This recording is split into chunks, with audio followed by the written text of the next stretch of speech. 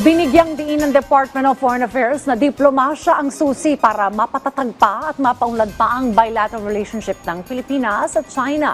Ito rin nila ang posibleng solusyon para matapos na ang World War sa pagitan ng Chinese Embassy at ilang opisyal ng Pilipinas. Ang detalye sa report ni Clazel Pardilia.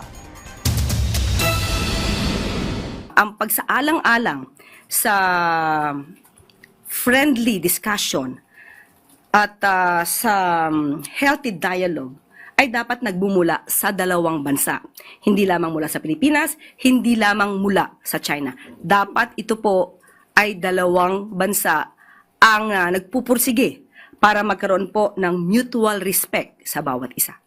Tugon niya ng Malacanang sa pahayag ng Embahada ng China matapos nitong magbabala na posibleng magdulot ng seryosong pinsala sa relasyon ng Pilipinas at China ang tumitinding bangayan sa pagitan ng mga opisyal ng dalawang bansa. Ang pagtulak ng ilang senador sa panukalang persona non grata laban sa mga kinatawan ng China sa Pilipinas at ang panawagan na palitan si Chinese Ambassador Jing Quan. Banta ng Chinese Embassy, posibleng mailagay sa alanganin ang hanap buhay ng milyong-milyong Pilipino. Giit naman ng palasyo, malinaw ang posisyon ni Pangulong Ferdinand R. Marcos Jr. hinggil sa usapin ng pagdeklara ng persona non grata laban sa Chinese Ambassador.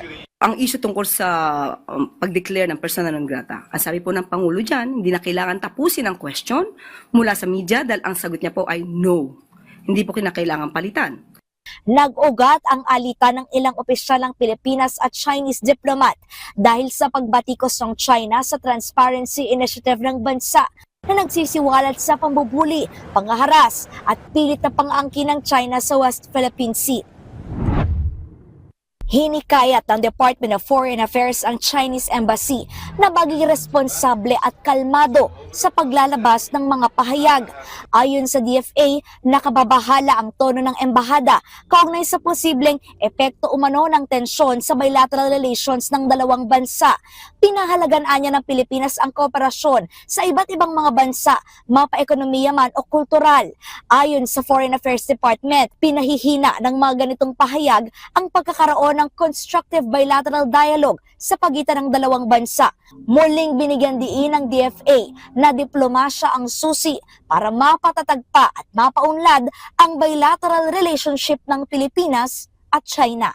Clazel Pardilia para sa Pambansang TV sa Bagong Pilipinas.